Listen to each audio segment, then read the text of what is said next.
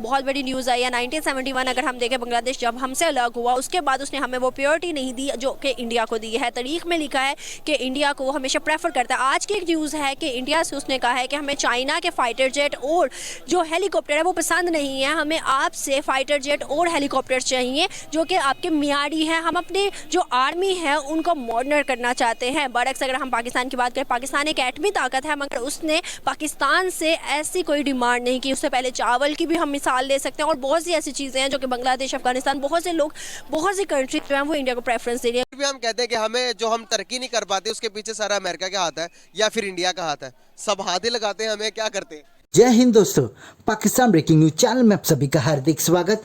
पूरी दुनिया को पता है चाइनीज इक्विपमेंट की असली सच्चाई, और अब बांग्लादेश को भी इसकी सच्चाई पता चल गई, क्योंकि जो भी इक्विपमेंट बांग्लादेश ने चाइना से लिए थे उसको फेस आउट करने का निर्णय ले लिया है, क्योंकि इसका मेन रीज़न है कि उनका बुरा परफॉर्मेंस। और यही कारण है कि बांग्लादेश ने एक योजना बनाई कि वो भारत से 9,000 करोड़ के फाइटर जेट्स और हेलीकॉप्टर खरीदेंगे।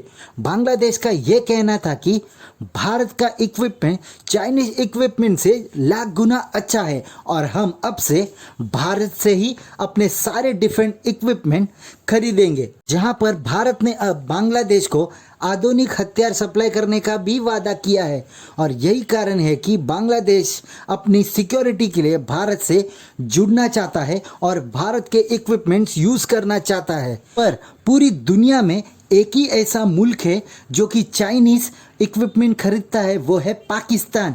भले पाकिस्तान को चाइना कितना भी चूना लगाए, पाकिस्तान चाइनीज़ इक्विपमेंट ही खरीदता है। उसका कारण यह है कि पूरी दुनिया में ऐसा कोई भी देश नहीं है जो कि डिफेंस इक्विपमेंट पाकिस्तान को बेचने को तैयार है, और यही कारण है कि पाकिस्तान है कि चाइनीज़ इक्विपमेंट यूज़ करता है जो कि कभी चलते ही नहीं है। ऐसी ही वीडियो को अंतिम तक देखते रहिए, लाइक कीजिए, शेयर कीजिए और सब्सक्राइब कीजिए हमारे चैनल को, और बेल आइकन दबाना बिल्कुल भी ना भूले, और आपकी जो भी राय हो उसे कमेंट बॉक्स में ज़रूर दे। धन्यवाद। बेसिकली बात करने का पर्पस है कि बांग्लादेश पहले हमारा पार्ट हुआ करता था और हमारे हर तरह के लेन देन और हर चीज़ पाकिस्तानी इंक्लूड किया जाता था, पाकिस्तानी था। लेकिन 1971 में हमसे अलग हो गया। अलग होकर अभी एक अलग मुल्क बन चुका वो, लेकिन अलग होने के बाद उसको पाकिस्तान के साथ उस तरह की ट्रेड करनी चाहिए थी, लेकिन नहीं हो पा रही।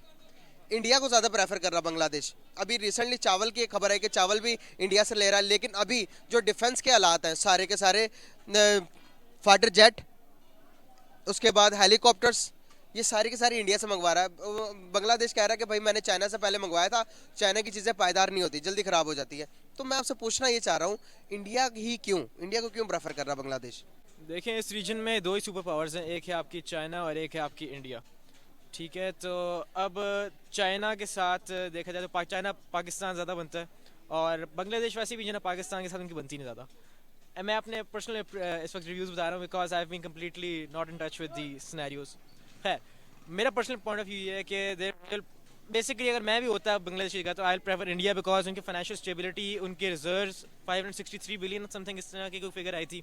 पाकिस्तान के $6 बिलियन भी ड्रॉप कर जाएगा। Pakistan basically a country that's going to default very soon as per the statistics. सबसे पहले तो मैं ये कहूँगा कि इंडिया और बांग्लादेश का जो इकोनॉमी है ना, वो पाकिस्तान से बहुत जो है ना नीचे है, बहुत आगे है, सॉरी।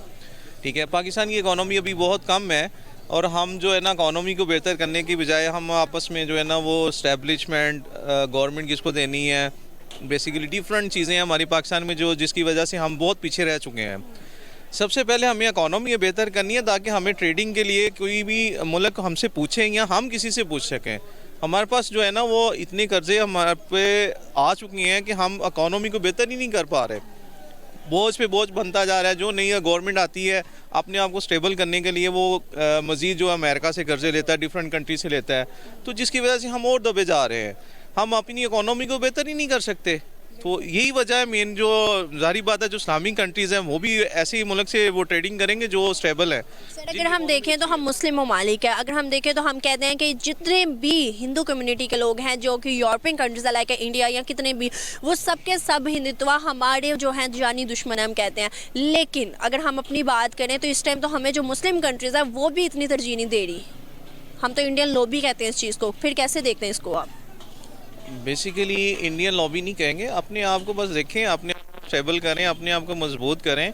आपके जो अंदर जो कुव्वतें बैठी हुई हैं वो पाकिस्तान को ऊपर नहीं आने दे रही। दूसरे मुल्क क्या करेंगे? पाकिस्तान में जो गवर्नमेंट है जो वो बनती है अपने मुफाद के लिए कि मुझे कुर्सी मिल जाए। स्टेबलिशमेंट है वो देखती है कि किसको गवर्नमेंट की सीट देनी है।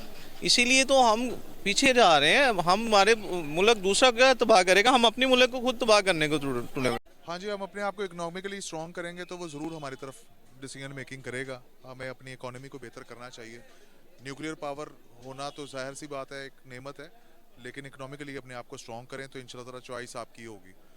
हाँ, अगर कंट्री जो है, बल्कि बांग्लादेश क्या, कोई भी, अगर आपकी इकोनॉमी स्ट्रॉन्ग होगी और आप क्वालिटी प्रोडक्ट्स पे बिलीव करेंगे और अपने मार्केट को बढ़ाएंगे तो ऑटोमेटिकली जो है वो कंट्रीज़ आपसे चीज़ें लेंगे भी। हमारे यहाँ कंट्री की सिचुएशन ये है कि यहाँ पे फॉरेन करेंसी में इस वक्त डील करना तक मुश्किल हुआ हुआ है। आपकी इंपोर्ट एक्सपोर्ट जो है वो रुकी पड़ी है। तो कहने का मकसद है कि इन हालात में आपका जब अपने कंट्री के अंदर सर्वाइवल ख़त्म हुआ हुआ है तो आप किसी कंट्री को क्या सर्व करोगे? बिल्कुल सही। तो जिस तरह के हालात सर हमारे चल रहे हैं कि हमारे रिलेशंस बांग्लादेश के साथ तो ख़राब हैं ही, लेकिन हमारे रिलेशंस अफ़गानिस्तान के साथ भी कुछ अच्छे नहीं है सर। अगर देखा जाए तो इन दोनों कंट्रीज़ की जो कि करेंसी है सर हमसे ज़्यादा स्ट्रॉन्ग है इस टाइम, इकोनॉमी के तौर पर हमसे ज़्यादा स्ट्रॉन्ग हुए पड़े। क्या वजूहत है? उसकी सिंपल सी वजूहत ये है कि हमने जो है वो रिलाई किया है लोनिंग के ऊपर, और उस लोन के ऊपर हमने और मज़ीद लोन दिए हैं। हमें अपनी बेसिकली इंडस्ट्री जो है वो उसका पहिया चलाना चाहिए। हमारी इंडस्ट्री चलेगी, हम उनके लोन्स को उतारेंगे, हम टाइमली पेमेंट करेंगे, हमारी क्रेडिबिलिटी भी बढ़ेगी और जो है वो हमारे साथ रिलेशनशिप भी अच्छा होगा और हमारी करेंसी भी स्ट्रॉन्ग होगी। लोन के ऊपर सिर्फ लोन ही लेते रहेंगे और उसको सिर्फ अपने अखराजात, अब आप देखें कि आपकी यहाँ पे कारों की पिछले 2-3 सालों में जितनी इंपोर्ट हुई है, एक तरफ हम कर्जे की बातें करते हैं और दूसरी तरफ जो है वो हमारे यहाँ महंगी से महंगी कारें इंपोर्ट हो रही हैं। जो कहने का मकसद है कि हमें अपनी तरजीहात को देखना होगा।